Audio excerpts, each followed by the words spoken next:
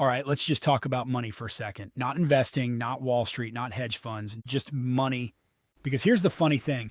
People think investing is complicated, but the foundation is actually really simple.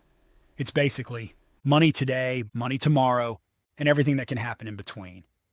If you understand those three things, all the rest, the portfolios, the valuation models, the forecasting, the trading strategies, those are just more detailed versions of the same idea. So today is about the real basics, the stuff most people skip and then wonder why investing feels like trying to do calculus in the dark. So let's start with the question every finance class begins with: why is a dollar today more valuable than a dollar tomorrow? And before we even talk about math, think about your gut reaction. If someone says, I'll give you $100 today or $100 in a year, nobody ever says, hey, I'll wait. Why? Because you can use money today. Money today has options. Money today can grow. Money today can solve a problem. Money today can buy tacos, which, let's be honest, what are we even doing here if not tacos? The moment you accept that a dollar isn't the same across time, you've unlocked the starting point of all financial analytics. People throw the word compounding around like it's a motivational quote, but let's actually talk about what it does. Compounding is basically the world saying, if you give me money and leave me alone with it for long enough, I'll multiply it for you. But the trick is, it starts out painfully slow, like watching a kid learn to walk slow. And then one day, it sprints past you and buys your house. Let's play with a simple example. If your money grows at 7% a year, it doubles in about 10 years. Shout out to the rule of 72. But the real magic isn't doubling. It's what happens after the doubling, because then it doubles again and again and again. And now suddenly you're looking at a pile of money and you're saying, how on earth did this happen? That's why compounding matters. It's not a line, it's a curve. And humans are terrible at understanding curves. People love the idea of high returns, right up until the moment they see the line chart. Here's the truth.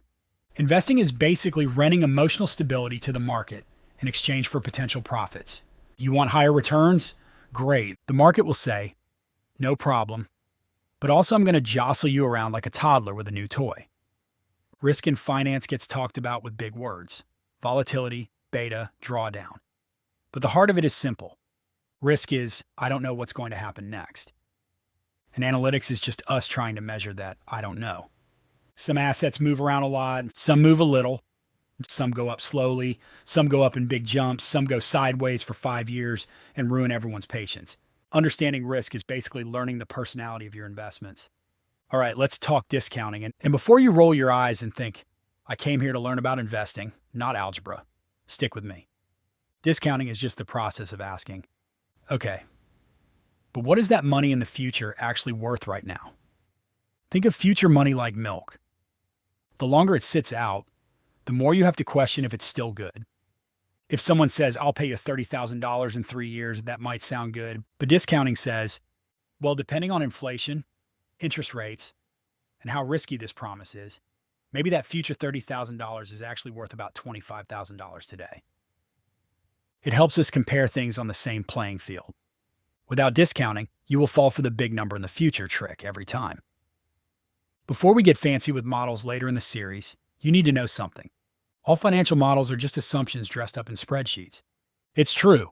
Two analysts can look at the same company, and one says it's worth $50 million, and the other says it's worth $150 million.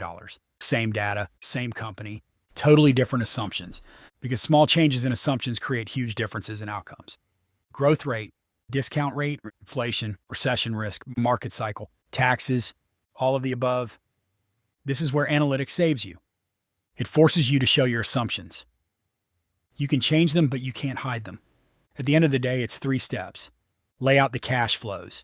What money comes in, what money goes out, put them on a timeline, because money doesn't show up all at once. Adjust for risk and uncertainty. So you're not comparing a lottery ticket to a bond. Everything else, NPV, IRR, Monte Carlo, portfolio optimization, those are tools built on top of this framework. Finance isn't about predicting the future. It's about preparing for the range of futures that could happen.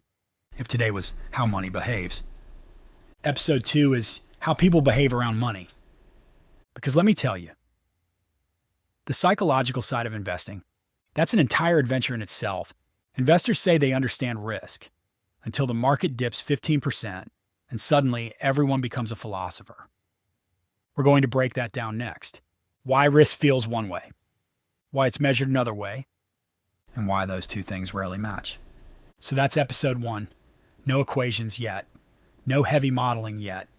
Just the core ideas you need before we start building the real analytics. Think of this as the money mindset episode, the starter kit for everything that comes afterward. When you're ready, we'll jump into episode 2. Risk, volatility, and the psychology of markets.